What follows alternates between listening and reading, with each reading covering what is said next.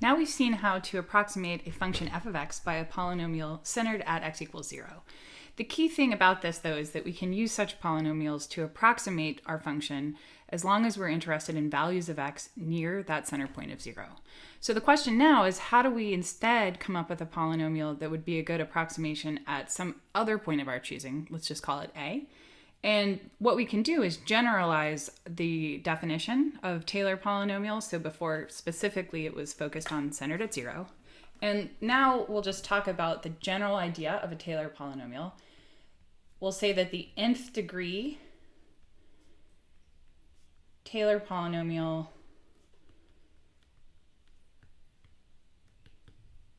again for or of f of x centered at x equals a, so Taylor polynomial, and in particular centered at x equals a, we're going to define this as, again, I'll use the notation t sub n of x will equal f of a plus f prime of a times x minus a plus the second derivative at a divided by 2 factorial times x minus a squared, and so on. And if it's the nth degree, we go up to the nth derivative of f at a divided by n factorial times x minus a raised to the nth.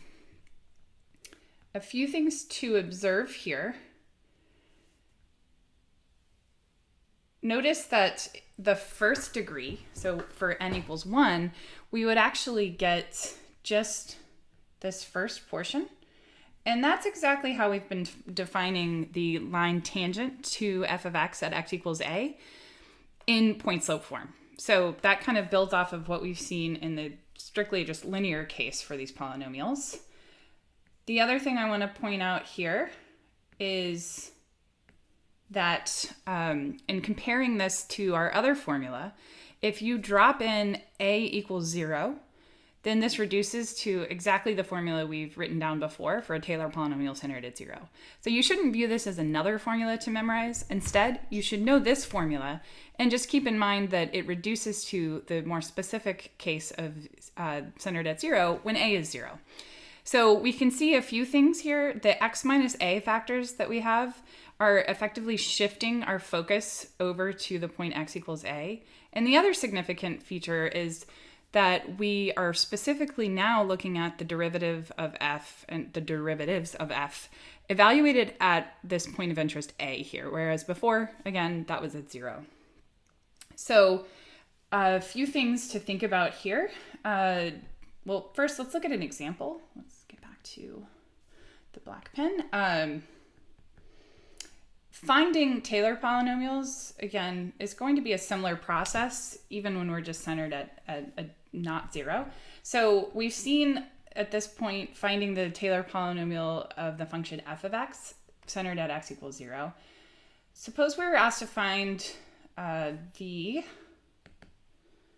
second degree Taylor polynomial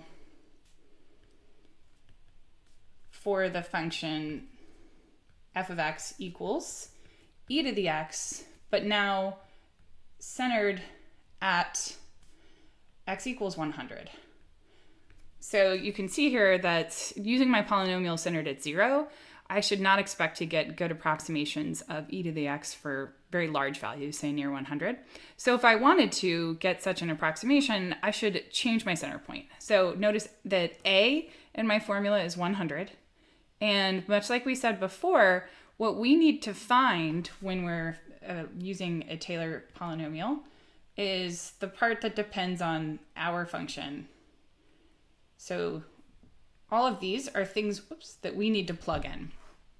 The rest of that is going to come in with the polynomial, and of course we need to substitute in a equals 100.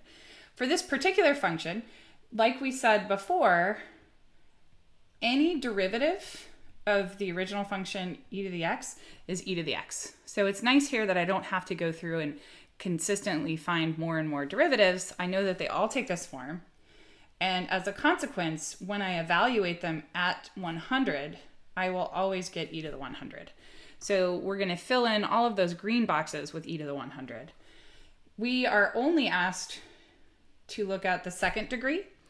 So I just need to find then up through the squared term. So I have f of 100, which is e to the 100, plus e to the 100 times x minus 100, plus e to the 100 over 2 factorial times x minus 100 quantity squared. So this would be our second degree polynomial.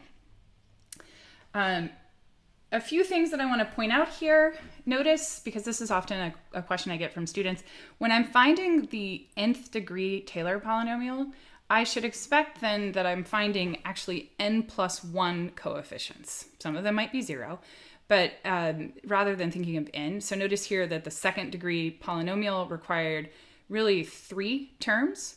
So when asked to find the nth degree polynomial, rather than focusing on the number of terms, just recognize that you want to go up to the x minus a to the nth term, which could require as many as n plus 1 coefficients. The other thing I want to point out here that will be particularly useful when we talk about Taylor series is that this formula, the general formula that I have in the definition, can be expressed in sigma notation.